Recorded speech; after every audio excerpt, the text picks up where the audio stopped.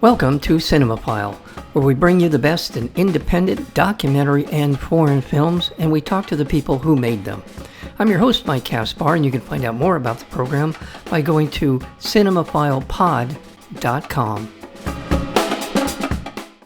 In Late Shift, dedicated nurse Floria navigates the relentless pace of her hospital's understaffed surgical ward with humanity and warmth. As her overnight shifts intensify, she is pushed to the brink in a race against time.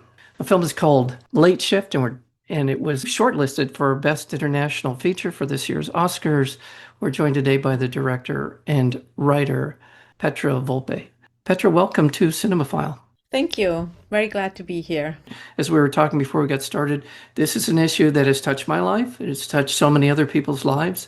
It's something that's hidden in plain sight in many ways. We assume that the nurses and doctors and the people in hospitals are given all the resources and that they need. And yet since the pandemic, and as we see in this film, that is not the case. What inspired this? I think actually it started already before the pandemic. You know, the nurses were, at least in Switzerland, and I know in other countries too, they were ringing the alarm and saying we are understaffed, we need to change things. Then COVID came, we celebrated the nurses, the job became very visible. In Germany, they were called systemrelevant, relevant for the system. And then after COVID, it kind of disappeared again. I had worked as a nurse assistant when I was a student. I lived with a nurse for many years, and I was able to observe, how her work conditions deteriorated and how intense the work is every day. Like she leaves in the morning and she's going to be confronted with death and illness and solitude and all the existential topics. And we kind of take it for granted that these people just show up every day and do this very intense job. And so that just kept percolating in my mind, that I think it's a very big societal topic that's treated as such. And then I read a book by a German nurse who describes one shift, and just after 2 pages I was already my heart was racing, and I thought this reads like a thriller, and I thought that's the genre, that's the form of the movie. It should be just one nurse, one shift, and I can tell a big story about nursing today. And from then on, I did a lot of research. I talked to dozens and dozens of nurses. I went to the hospital myself and shadow nurses. And then the script came together with, Madeleine, the author of the book, being a consultant, right, and a Swiss nurse being a second consultant. And then the particular shift we see in the movie is not the one that is in the book, but that came together with the research and the help of these nurses. Yeah. And we wanted to create a love letter to nurses. And you can see that in the precision of this film in terms of Leonie Benesch, who plays Floria in the film. You can see the precision in every room she walks into. Every action she makes is calculated to be more efficient and provide the best care she can in terms of the people that she's dealing with on a daily basis. Walking into a room, first thing she cleans her hands. It is a real manifestation of an everyday experience that nurses around the world are experiencing. I can't imagine going into a job knowing that death could be something that you're going to be a firsthand witness to, or you're going to see people receive essentially the kind of news that is devastating to them. So, and to be in the room and to be able to bring comfort to those people. You see this in the film. That's really what comes across in Floria, in her character. Finding the right actress to do this. So let's talk a little bit about Leonie Benesch.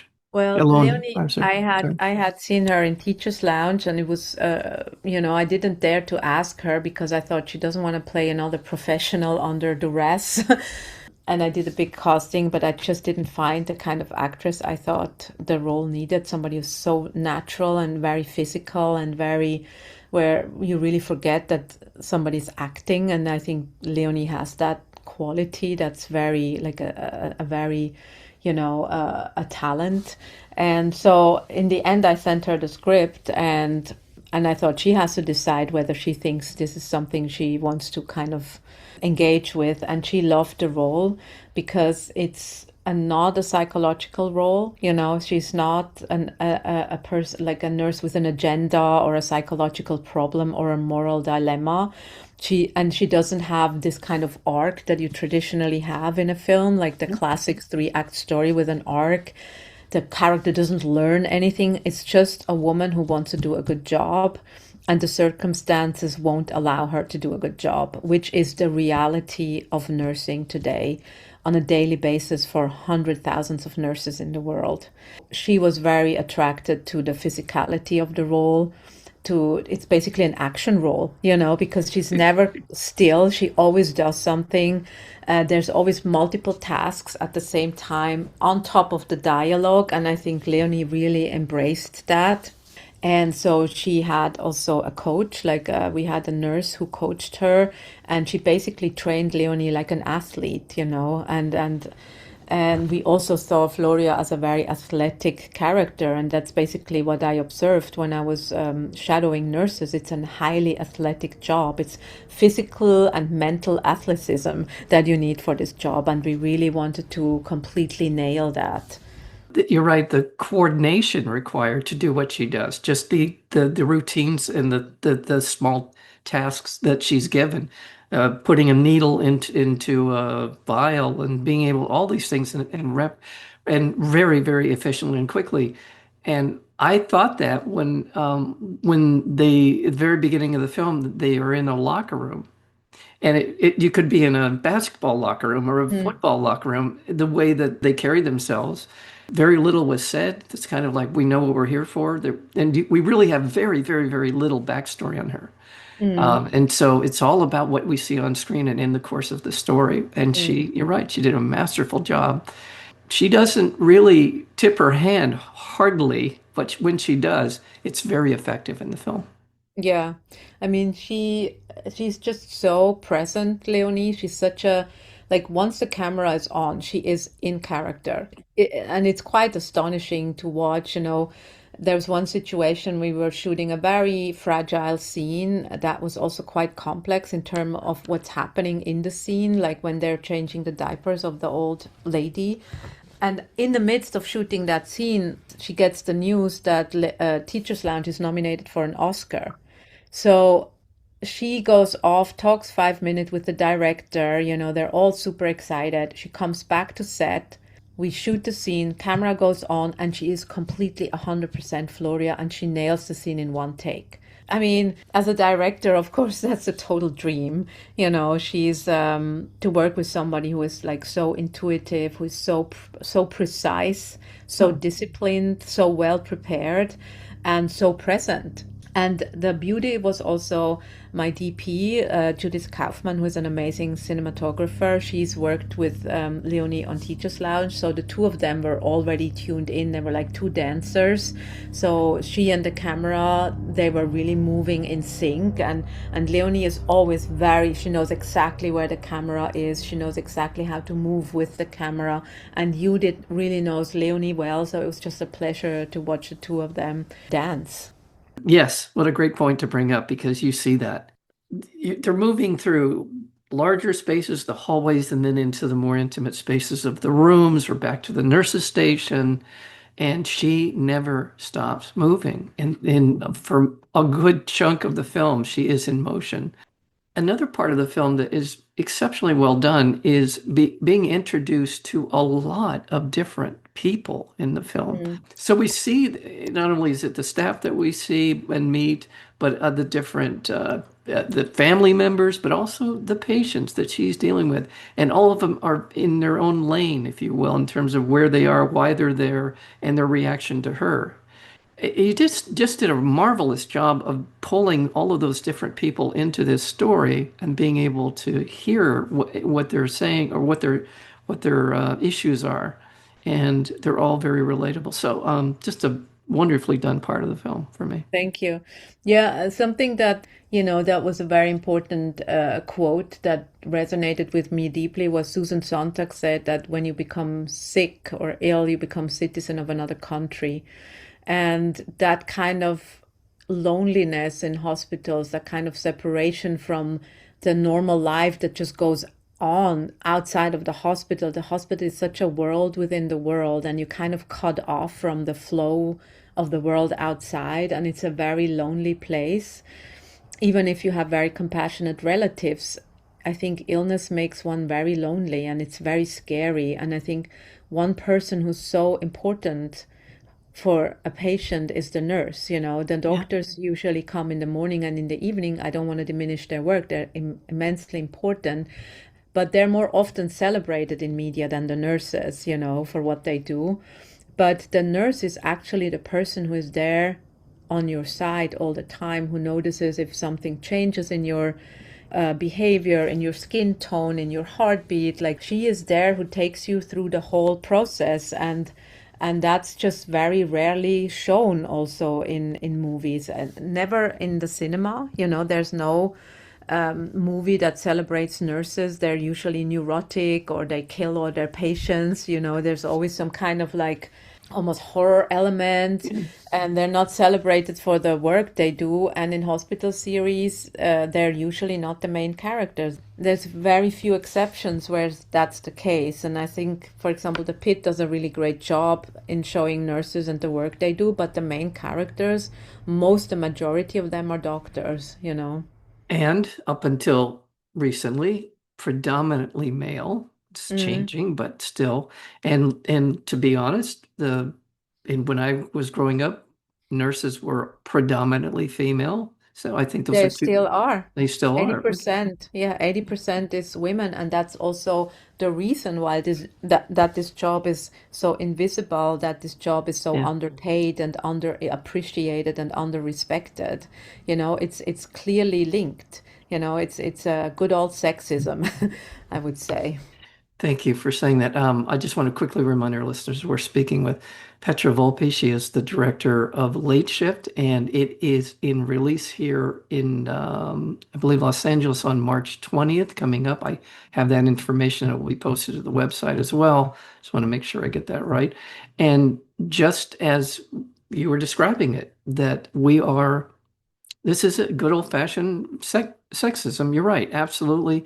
And as we discussed a little bit before we got started, I recently came across a documentary that talked about the suicide rates among Mm. people in the medical profession, but particularly nurses and doctors are now being impacted at an alarming rate of burnout, but also suicide. And this Mm. is something that I think is in the ether of this film is how Mm. can you do this every day and not Mm. feel that level of distress. I mean, what's particularly heartbreaking, you know, when I did all these interviews with the nurses and my observations is like most of the nurses I spoke to said it's the most beautiful profession in the world. You know, it's very rewarding if you can do it the way you show up to do it, you know. And there's this aspect of moral injury that's actually the most stressful for nurses, and I would say would be a big driver in the suicide rate is like if you do a job and you want to do it well because it involves people and their well-being and it involves the well-being of your patients, and the circumstances don't allow you to do your best job and you go home in the evening completely exhausted, you've given everything and you still don't feel like you were able to do the job the way you were taught to do the job and the way you think you want to do the job, and you even have to be scared in the evening that you made a mistake because there was so much pressure, and maybe you gave a wrong medication or you made a wrong decision, and you have not even the benefit of after such a stressful day to truly relax.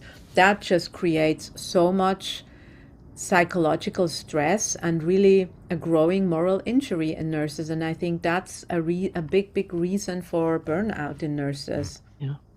Yeah, you can't be wrong. Mm. I mean, No, you can't or you it can't can be fatal, yeah, you you know, if can't you're have a wrong. bad day. I mean, Mm. theoretically, people have bad days, you're right, but it could be fatal. And so to carry that around, to have that hanging over you, and maybe not, Mm. you don't think about it all the time, I'm sure, but at some point it does dawn on you that if something Mm. goes wrong and it was because of a human error, yeah, you It's erred. actually a systemic error in the end. And I think the movie really shows something that for a lot of people is very abstract when they hear about, you know, nursing shortage and staffing shortage. Right. But the reality is very physical and very simple. One person cannot be in two places at the same time. It's still like this for all of us. It's the sheer physicality, it's math, it's numbers. Like X amount of nurses cannot take care of X amount of patients at the same time. It's actually quite simple, and yet wards are understaffed, women are pushed to the brink because the system can count of the sense of responsibility and care and Yeah. compassion of the nurses, Yeah. that they would rather harm themselves than harm their patients. Right. And it's such a perversion. And it's actually something that's very symptomatic to being a woman. It's like women are notoriously pushed to the brink of their physical and mental capabilities because their capability of compassion and caring is taken advantage of by the And system. and at the end of the day, made to feel guilty for that, Yeah, on top of everything. on top Yeah. of And everything else. actually, they're held accountable. There was a case in Germany where a nurse was working in an understaffed ward. She made a mistake, somebody died, and she was fired, and the hospital didn't take any responsibility. And the death rate, it's kind of covered up by hospitals, but people do die in hospitals because the care is not there, because the wards are understaffed. For example, there's been a very interesting observation, like the nurses in Switzerland are slightly better paid. They're better paid than the nurses in Germany. So a lot of nurses in the south of Germany emigrate to Switzerland because the conditions there are slightly better. And it resulted in a higher death rate in hospitals at the south border of Germany. And there's a very clear correlation. Understaffed wards lead to more death and worse outcome for patients. It's very clear. The numbers are all there. It's not even a discussion. It's just numbers. Yeah, and I can speak to American healthcare in the sense that I know that so much of that is about profit. I know for a Yeah, fact. Now, in yeah. in countries that have a more socialized, government-sponsored, government-run healthcare system, it's still a priority to not spend too much money. It Mm, doesn't matter really what the system might be, but it certainly feels more acute here. Whether mm. it's con Yeah, where, yeah, go ahead. yeah, in Switzerland, it's a question of priority. They prioritize building more flashy hospitals, buying more newer equipment, and they don't put the emphasis on the nurses and making the situation for nurses better. And it's again linked to that, I can tell you also a small example. In Switzerland, there was like an idea of a shortage of pilots, airline pilots, which is a predominantly masculine job. And the Swiss government immediately spoke money, like said every pilot gets 65,000 Swiss francs to make the job more attractive, to allow them to do extra schooling. And the nurses were fighting for dozens of years, like 10 or over 10 years, for better work conditions. And there needed to be an initiative that the Swiss population voted for, and they accepted the initiative. And now the politicians still don't implement it. And they had to kind of beg for money and still don't get it. Yeah. And it just shows you how jobs are valued in different ways. And I think if we wouldn't live in such a capitalist society, the work of nurses and caring for people would be very, very high up. It's a question of prioritizing. And I think the deeper discussion is care and nursing, and that's always just seen as a cost, as a deficit, Yeah. right? Yes. If you actually think about the actual value, if it's not monetary, that the human value of care work is immense, but because we only value monetary profit and not human profit, like empathy and humanity as a plus side, it's seen as something of a deficit. Yeah. And there's plenty of numbers who say if a society, like a country, invests in nurses and the wards are staffed appropriately, the society as a whole economically benefits, Yes. right? Yes. All Very clinically. clear, Yes. because the patients have better outcomes, it's preventive, people stay healthier. but the single hospital maybe doesn't make as much profit. Yeah. And that's the big systemic mistake, you know. Yeah. I'm going to end on this, which is a completely impractical suggestion. But I was told many years ago that in Chinese ancient, I say ancient, but in Chinese culture, there was a time when the doctor who was in the village or the town, you only paid him when you were healthy. So it was in the doctor's best interest to see that you were maintaining your health, because you were getting whatever money they would pay regularly to a doctor was only paid when they were quote unquote healthy. And that's a system that incentivizes just what we're talking about. Yeah, I mean now it's the opposite, Yeah, right? it is. Because Exactly. you can Yeah. only make money with sick people, you Yeah. know. Yeah. Mm. Well, Petra, thank you. Petra Volpe, thank you so much, director and writer of this terrific, wonderful film that was again shortlisted for Best International Feature, Late Shift. Thank you so very much for your time today. Thank you so much for the interview. You have been listening to Cinemaphile with Mike Kaspar, the place where you will hear from the best in independent documentary and foreign filmmakers. Please check out our previous interviews as well as upcoming interviews and special programming by going to cinemaphilepod.com. We are also available on Apple Podcasts, Spotify, and YouTube, searchable under Cinemaphile with Mike Kaspar. Until next time, thank you for listening.